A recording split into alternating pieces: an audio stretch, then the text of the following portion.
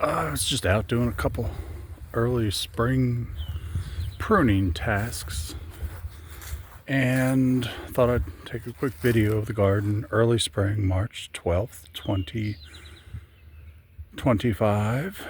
This is the side of the house. It's still kind of rough. This is my plan this year. Now, if anyone ever tells you the deer do not eat hollies, here's irrefutable proof that, by golly, they will eat hollies in a pinch. We had a colder than normal stretch here. Had a week or two of snow, and it's just kind of, they were eating whatever that was green. Now here, in my arborvitae, if I step back, you can see how tall the deer are, or as far as they can reach. They went wild on my arborvitae here.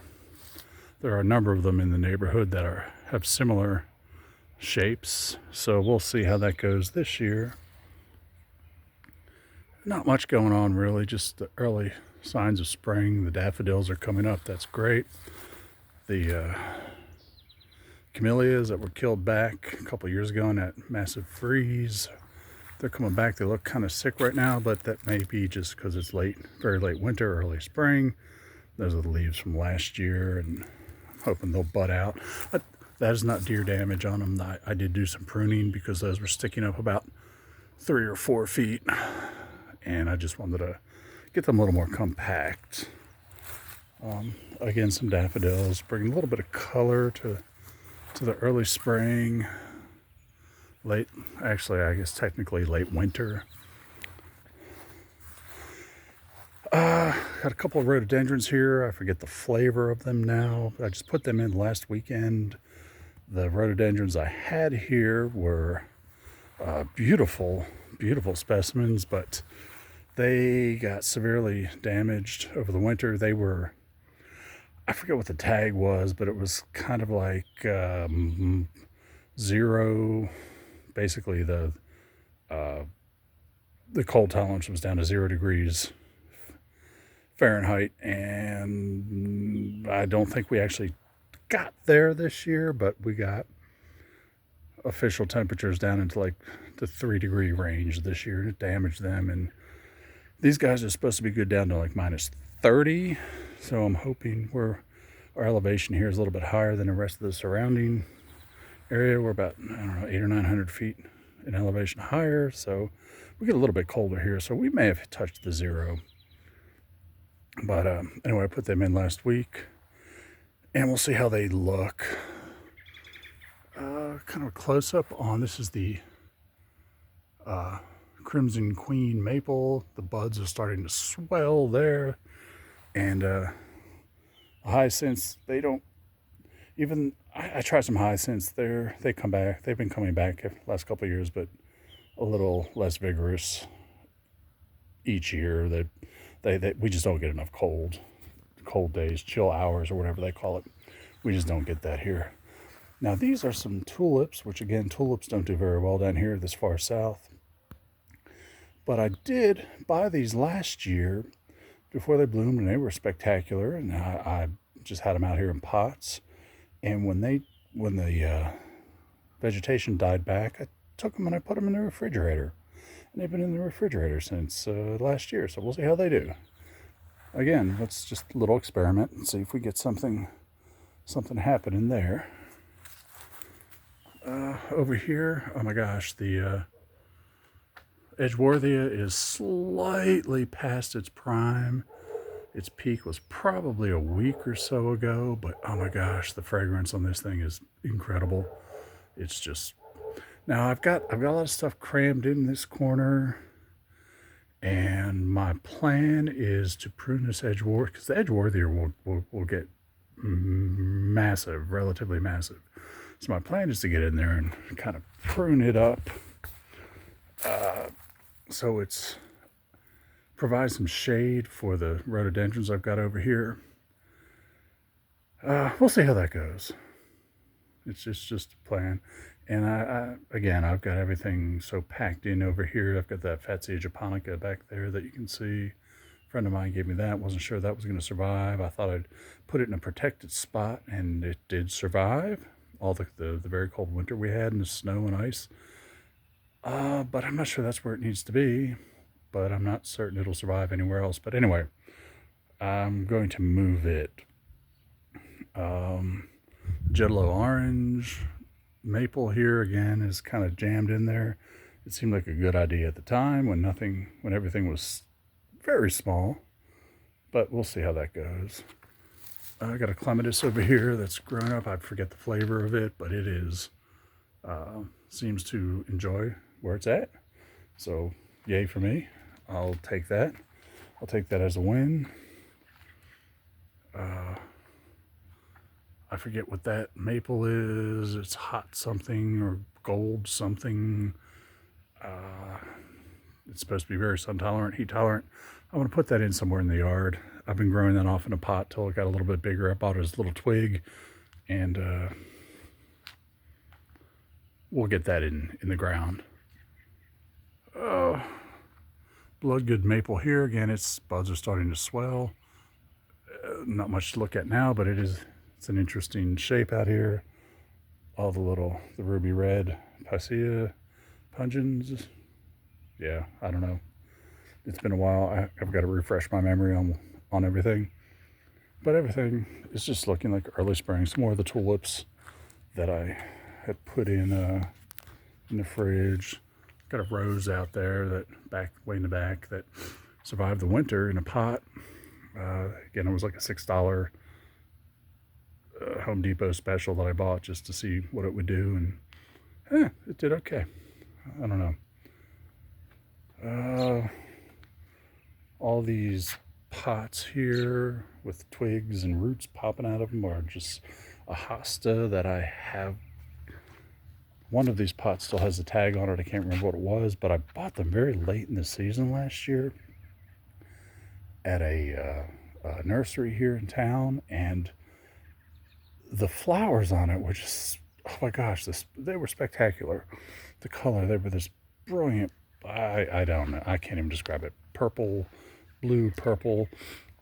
And there's some more. That was all one plant, and I was able to bring it home, and it was maybe $20 or $21, and I was able to get 1, 2, 3, 4, 5, 6 plants out of it, and I think that was a steal.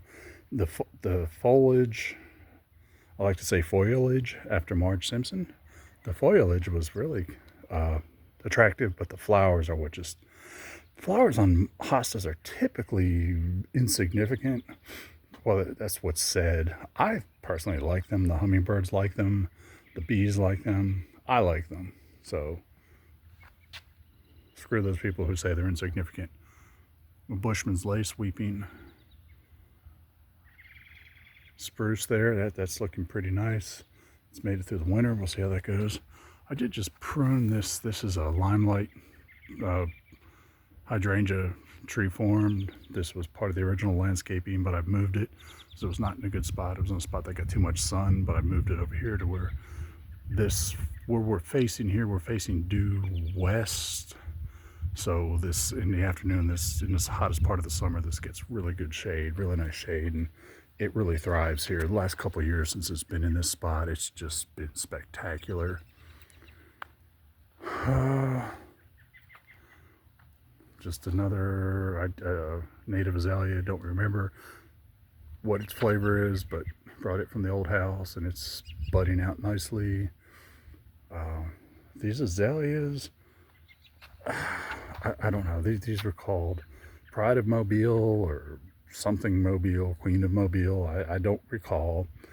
Supposedly bred specifically for the southern climate, hot and humid, heat tolerant, sun tolerant.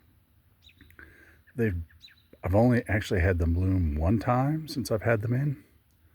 That's not when I bought them, they were in bloom, but the following season or maybe the next season they bloomed again. But if they're heat tolerant, that's great, but they're not cold tolerant. every year the buds get killed every time we have a cold snap. However, this one does look like it has some buds on it, so maybe we'll see what the buds look like. I don't even remember. I know they were white, and I don't remember what they were, but hey, we'll see what it does. Some of the aqualegias are starting to pop through. These little Picea abies, these are like golden falls. I think when the fresh shoots come out, they will be brilliant green, lime green. They're really cool. Got some hostas here. This is a purple ghost maple. We'll see how he looks. This is his first winter in the ground. I've had him in a pot for a couple of years because he was a little twig when I got him.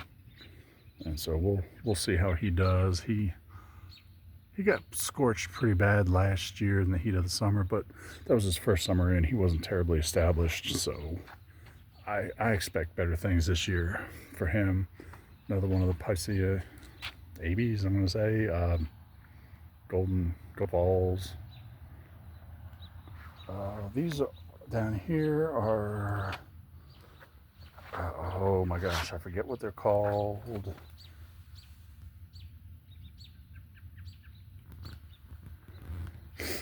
But they're coming into bloom. Snowbells. They call them snowbells, the common name, I think. I have to look up what they really are. Another one of the azaleas that damn near died a couple years ago in that freeze. I still have it in a pot. Haven't found a spot for it where I want it. Same kind of thing here, just early spring. The little green penguins, and that's a Tamukiyama weeping maple there. That let's just hope he overwintered. His buds are starting to swell. This is a Pyracanthus. He's not looking that great right now. This is first year in, so I don't know if that's typical for them to kind of look kind of puny this time of year. I don't know. We'll find out. We'll see how they do. Got some more daffodils coming through, and the damn scourge. And I've done it myself. The damn scourge of the Monarda. God, when it's in bloom, it's beautiful, but it just takes over everything. The bees and the hummingbirds love it, but that's what it is. It's a sea holly over there. I forget, the name is eluding me at the moment. I've got to look it up. That'll be, they self-seed. I've seen some seedlings around. I'm looking forward to that. I like that. Down there is just another project. I've got to get that cleaned up. And it's just a look down the neighborhood, down to the cliff. The cliff is down there at the end of the street. Got my lemon and my lime tree. They've been out. Got some lemons on them. Make some lemonade, or probably vodka and tonics, gin and tonics, something like that. Over here, we've got my maples that I put in there. That one's an Emperor 1, purple, red maple. This one, the name is eluding me. I forget what it is, but it is a yellowish green maple, and I forget the name. Again, some of the azaleas that got toasted a couple of years ago, I dug them up and I moved them over here. They're coming back. They don't look so hot right now, but we'll see how that is. Another rhododendron, and this one for some reason keeps flowering in the fall, so that tells me it's under stress. It's not super happy. I had it in a pot here for like 2 years, and I didn't have a good spot for it, and I had it on this side of the house in a pot, and it just was like deep green and flowered every spring, and it was just beautiful. And well, I don't know, it's not happy where it's at. I don't know, so we're gonna see. This is a Siriu maple. I had it out front. Oh, I forgot to show you, but if I do another video, the Siriu maple, there's some springs up here on the mountain, and apparently there's one in our front yard. near the surface, and I planted a holy cow. Well, I've had about 3 beers, so forgive me. A cypress. I planted a bald cypress, and they like the water, so I planted it in its place. This guy was just not happy.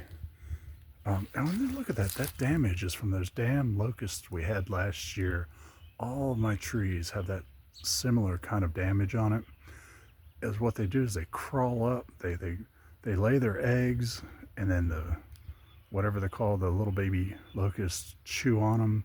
Or the parent the big locusts, they chew through the bark, lay their eggs in the bark, and then they feed on that, and then they crawl back into the ground. But last year it was like, oh my gosh, you couldn't hear me speak last year. It was a hard time. We would try to talk to each other, and it was just so loud for about, I don't know, 30 weeks or a month. It's like the 17-year locust and the 14-year locust and the 137-year locust. They all, the cycles all lined up, and it was spectacular actually, but it was a pain in the ass. There's my Japanese umbrella pine that got killed in that, damn near killed in that freeze a couple years ago. It survived. I gotta find a place for it because I just don't like throwing away things that are alive. So I gotta find a spot for it. So again, this looks rough. I gotta get this all cleaned up. There's a lot of stuff I gotta pull out that were mistakes, experiments, let things go to seed. A verbena, that all those dead leaves you see there are verbena, and they get kind of viney. It was a named variety, but it was not true to seed, and it just runs at the root and it reseeds, and it's just yeah, I just got to deal with that.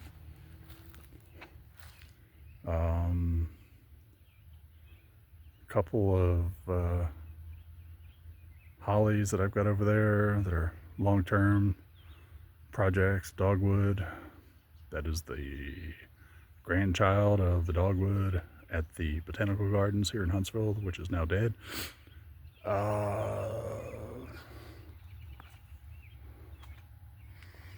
These are the rhododendrons that were replaced, that took all the cold damage. You can kind of see the cold damage on them. It's not, I mean, they'll survive, but it killed all the flower buds, and it looks kind of rough and nasty. And I don't know. I'm getting to the point in my life where it's just like, it just ain't worth it.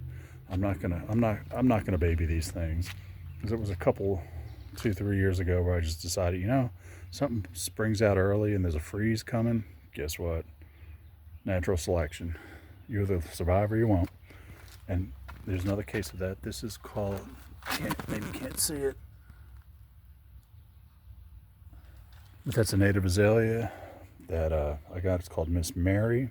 I planted it here in front of this window because my mom lives with us, and that's her mother-in-law's suite there, and that's her living room right there.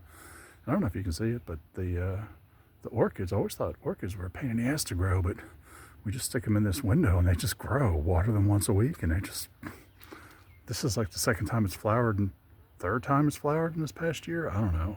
It's amazing. This is one of the Confederate azaleas I brought from the old house.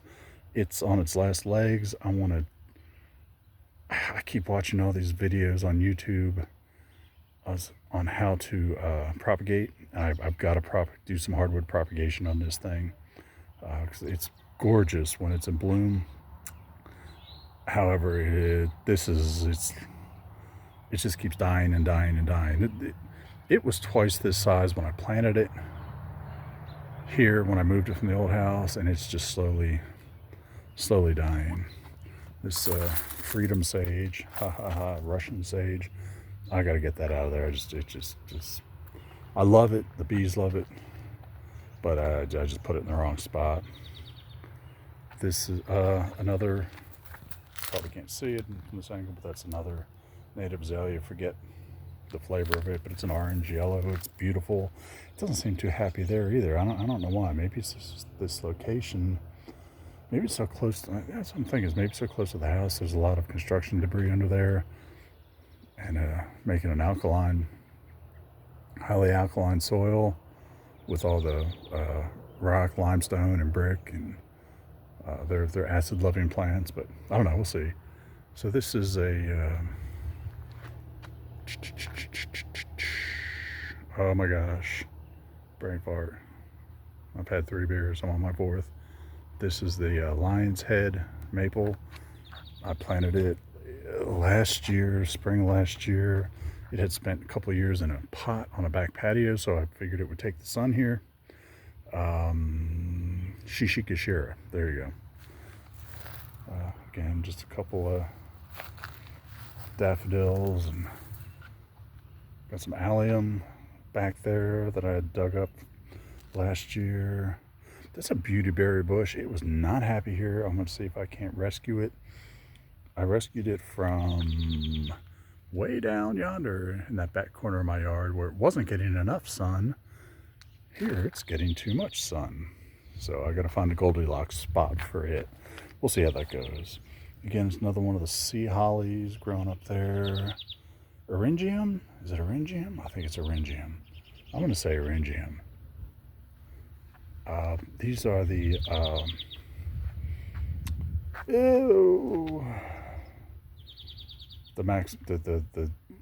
giant cone flowers. Again,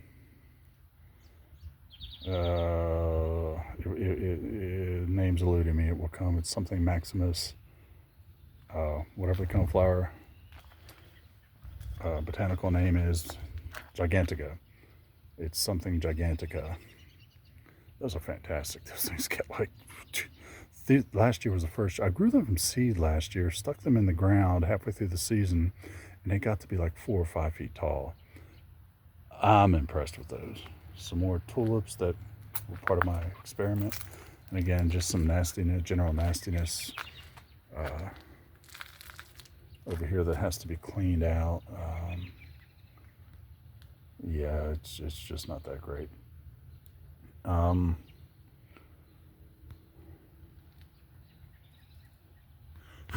Excuse me, just blowing off a bug. Yeah, get your mind out of the gutter. So yeah, I'm going to clean all this up this year. Get rid of all that verbena. Again, I'll just let it go to seed. I've got some. I plant a bunch of stuff for the pollinators, and I got some bronze fennel popping up all over the place that reseeds itself like crazy. Got another purple ghost and a celebration maple down there that I'm growing off. This purple ghost I think is ready to go in the ground. There's the remnants of our Christmas tree, our outside Christmas tree, I should say. It's getting kind of dark, so we'll wrap this up. But looks like the Japanese cherries are budding up. They're about to bloom any day now. It's looking good. Oh, and here's another evidence of, don't tell me deers don't eat holly. Don't tell me they're holly proof. They might be holly resistant, but they were very hungry this winter. This actually just happened a couple weeks ago. And it looks like, all the flowers are popping out. So we'll see how that goes. So that tells me, I don't know what that tells me. It just tells me that the freaking deer will eat, when they're hungry, they'll eat hollies. So there's a bit of a full, is that on there? Full moon? Might just be a full moon. So yeah, I'll come out here in a couple of days or a week and maybe walk through the backyard and see things as a little bit more as they're budding out. This is the coral bark maple. It's the, oh my gosh, again, I'm blaming it on the beer. The Japanese name's eluding me. The botanical name's eluding me. So, anyway, yeah, that's... Oh, one last thing, I guess, to document this point in time. This was a crepe myrtle. This is like one of the little $5 Lowe's or Home Depot crepe myrtles end of season things, and it got the funk. I don't know if you can tell, but there's a crepe myrtle funk going. I don't know if it's called a blight or a scale or what they're calling it, but crepe myrtles they're turning black. They've got the funk, and I'm just not going to deal with it. I don't want it to spread anywhere, but this one got it last year, and we dug it up. Yay, hooray. That was a nice truck. So anyway, I guess that's it.